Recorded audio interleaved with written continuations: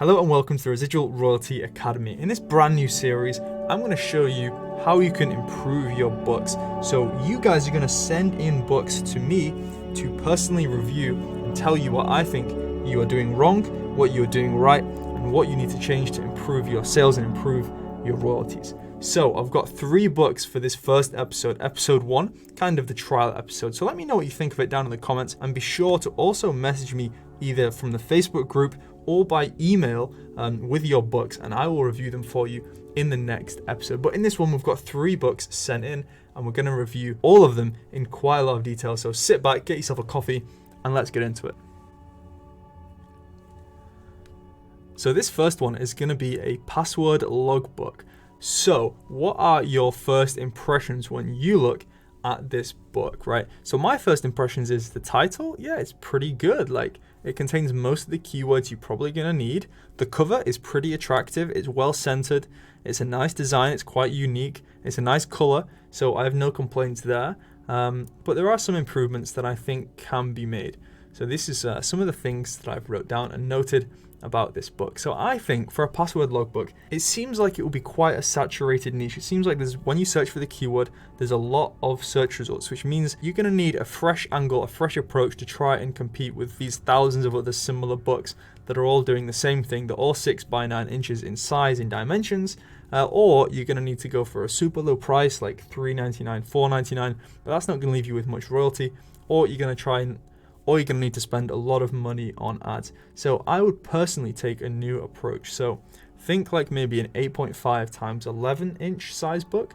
Maybe do it in large print. Maybe aim it at seniors, senior citizens, people age 60 plus who are forgetful of their passwords. Or maybe even a fun kind of password logbook for kids for whatever things they're logging into, maybe their Fortnite account or something like that. Let's quickly go back onto the book. Now, also one thing I would change is probably the title, right? So this title, Never Forget, yeah, I mean, it's quite good. It kind of says what the book is going to do. It means you're not going to forget your passwords. But personally, to stand out, again, I would try and create and come up with a funny title that's going to be catchy, that's going to make people laugh, and hopefully that will actually lead to more sales. So like I've written here, think of a funny title that you could add on the cover, something about forgetfulness, something about old people forgetting things, as opposed to just never forget, right? And like I've just mentioned, the title, I think on this one is pretty good. You've got a good amount of keywords in here. So you've got a journal to protect and organize passwords, usernames and private information. I honestly wouldn't change that. Like, it's a good length. You've not keyword stuff too much. It's honestly a pretty good title, and like I say, a pretty good cover. But you might also want to include logbook, the variation with a space in between, as maybe that's also a good keyword that people are searching for. So that's something to consider. The description, it does need work. I would start with a larger font in the headline and make the headline catchy. So write something like, does your mom or does your dad always forget her passwords? She will need this book, right? And this is again going with the senior citizen approach. It's going to get more attention than just looking for a notebook. And I would also make this into a larger size. It's boldened, which is good, but I would actually put it into H1 or H2 size, and that's going to allow you to get a larger font, and it's going to make it stand out more. And like I say, I would write something like, does your parents or whatever always forget their passwords? This is the book for them, right? I would do something like that. I would then spend a short paragraph explaining why this book is the perfect solution to their problem, and then I would go into the bullet points afterwards, having the information about it being large print, good for seniors, how many pages, etc., what they can expect to find inside. And then the ending of the description, I would make it a bit more catchy again and in a larger font. So I would say something like, so if you don't want your parents to forget their passwords, then buy this book now. So those are the changes I would make on the description. And like I've already mentioned, the cover's pretty nice. I would just be changing the title. We've got a final point here. Where are the reviews? So reviews are amazing for social proof. And if you want to find out how to get 3 or 4 initial reviews on all of your books or all of your books that you want to sell, then watch my video about just how to do that. I think it will be before this one is out, so you will be able to watch it right now, and I will link it up there if it's already available. Finally, one more thing that I've written here is that so far the look inside feature is not available yet on this book, so we can't judge the interior, and we're just having to go basically off the cover and basically off the description and the title. But overall, this is probably the best of the 3 books that we are reviewing. Just need to make some changes to the description and maybe change the title, maybe go for a new approach, maybe create a new book aimed at seniors, make it a bit more funny, and I think it will do just fine as long as you get some reviews and start some ads as well.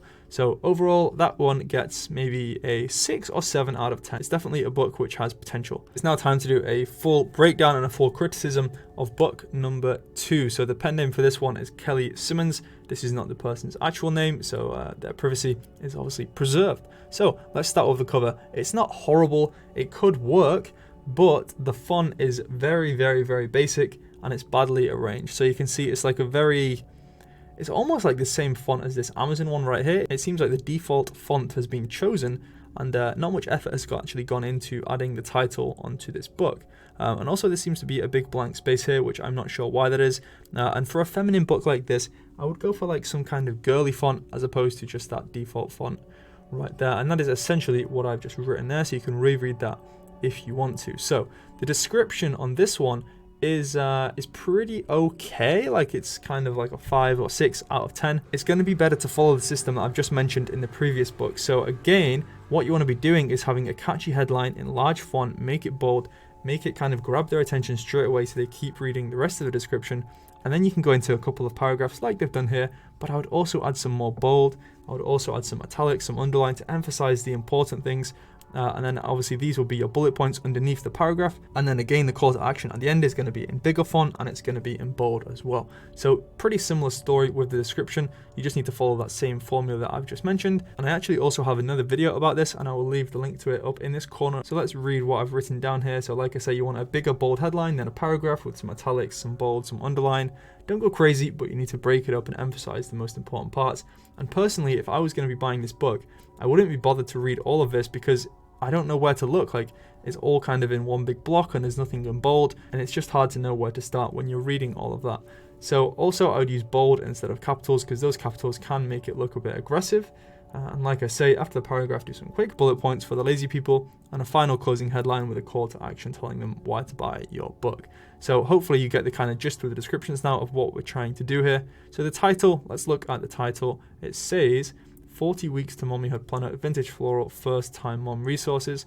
So the title is quite good. It's not too long, which I do like about it. Like, some people really try and put way too many keywords in there. And hopefully First Time Mom Resources is a keyword which the person had researched, and hopefully it has good demand on that keyword. What I would also change is on the cover, I would add a back cover image previewing the interior. So if you see this, there's completely nothing on there. Maybe you want to add the author name there. So on this book, we do actually have access to the look inside feature. Now, I do actually quite like the interior. The only problem with this one is, you'll see it in a second, is when we get to the weekly planner aspect, the days of the week are backwards. So I'm really not sure how this has happened or if this was on purpose, but I think this is extremely confusing. Like, if I was going to start the week, I would always start it with Sunday or Monday and then go to Tuesday, Wednesday afterwards. But this is kind of backwards. So I'll probably republish this book and make sure the days of the week are in the correct order. So overall, there's a lot to improve on this book. Also, it would be good to gather some reviews for social proof, because nobody really wants to be the first buyer. But the main things I would change is just make those small changes to the description, make the font a little bit nicer, and change the days of the week inside. And the final one is going to be the third rated one, the worst of them all. I hate to say it, but this one is just extremely, extremely lazy. You can see straight from the off that the title is not even in the center. There is no pen name there. So with a feminine name like Kelly Simmons and having a reflection journal, I would definitely make sure that that's down there somewhere, the author name, just to make it look a bit more high quality and a bit more professional. But this is like a really boring font. It's definitely not the kind of font you would want on like a reflection journal or a gratitude journal. And the title doesn't seem to have too many keywords in, and it's also not calling out an audience, which I would also change as well. So let's see what else we've written about this.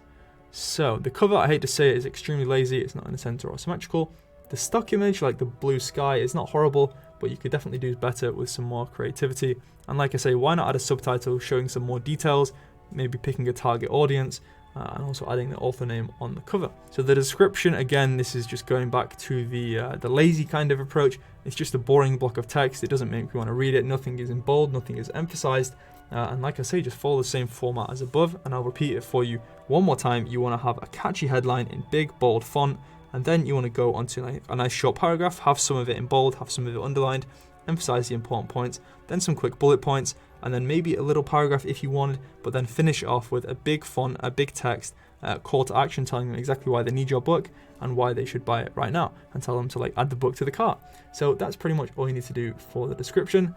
This book also, if we look inside, it has some quotes in color, which is really going to increase the printing cost maybe too far. Like, I think it's necessary to have all these quotes in color. You could have just taken the actual words and written them like down there at the bottom of the page, and then you could have kept it in black and white and kept the printing cost down. I think that's pretty much all we had to say for this book. The questions inside the interior seem pretty good, like they were nice prompts, but nobody is really going to get that far when there's no reviews. The cover is low effort, it's not symmetrical, the description is not catchy at all, and there's no reviews, like I say. So those are the changes I would make to these books. Let me know what you think of this video. Let me know if you like the format, and if you want me to review your book next, then either message me on Facebook or email me, and I will get your book done in episode 2. So thanks for watching, and I'll see you next time.